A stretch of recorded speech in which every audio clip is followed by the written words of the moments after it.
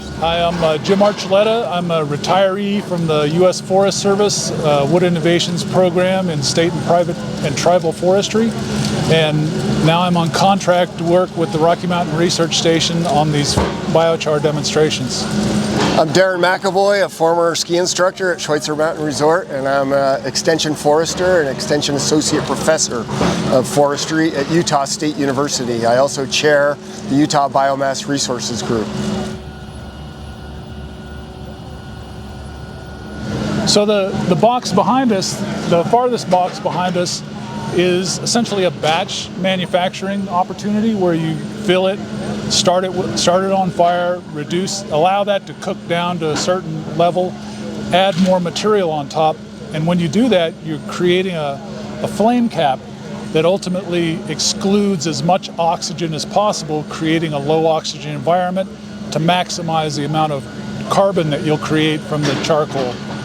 And then the other box is actually, as the charcoal is forming around the logs, the wood starts to exfoliate the charcoal. That box also has agitation, so it accentuates and accelerates the exfoliation, and then that material then falls through onto a stainless steel conveyor belt that drops it into water, once again extinguishing the fire before the charcoal reduces to ash. Ski resorts can benefit from biochar application and production, one, by reducing the hazardous fuels that exist at a ski area, so reducing fire hazard. All ski resorts, I think, are interested in that.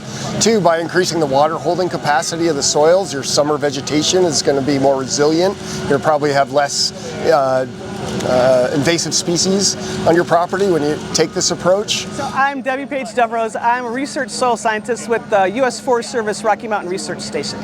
And I'm Nate Anderson. I'm a research forester, also with the Rocky Mountain Research Station of the U.S. Forest Service. My goal has been to reduce the amount of open burning of slash piles because of the impacts on the soil.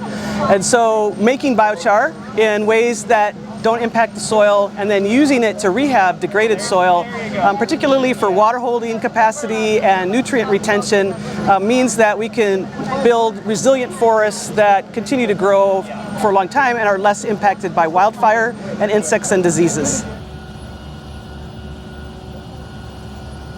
So forest operations and forest management produces a lot of waste biomass, the slash piles that Debbie was talking about, and we have to do something with that, and often we burn that in place.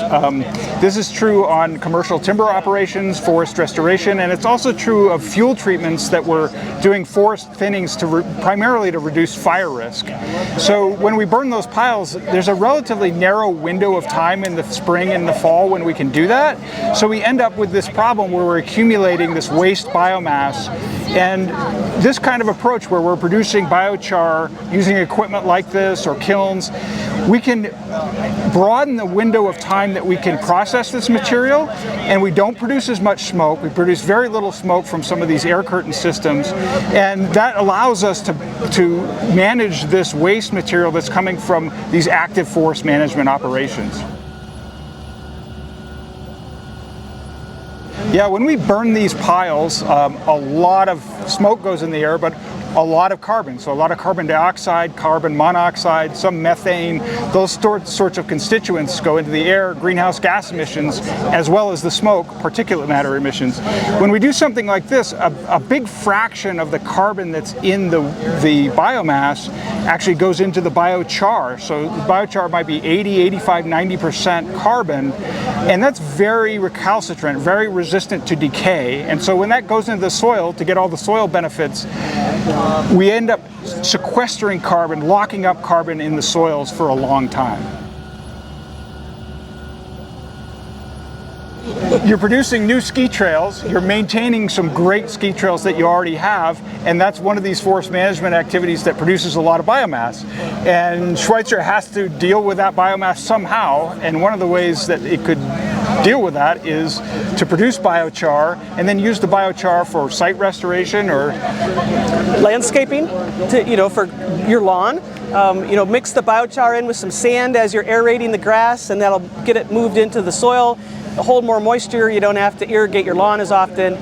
The nice thing about adding biochar to the soil also is that you decrease the number of invasive weeds. So you could put out some biochar, maybe with some compost, and then seed the area, and you'd have a higher rate of success than if you just left it or seeded it, and you get some desirable plant species back. Biochar is great at increasing infiltration into the soil, so you reduce overland flow, you don't have as much erosion, and it increases water storage and availability to plants. So plants stay green longer into the growing season. So, here in North Idaho, when we start that summer drought about now, we can continue to have green understory or grasses without having to irrigate and use water to do that.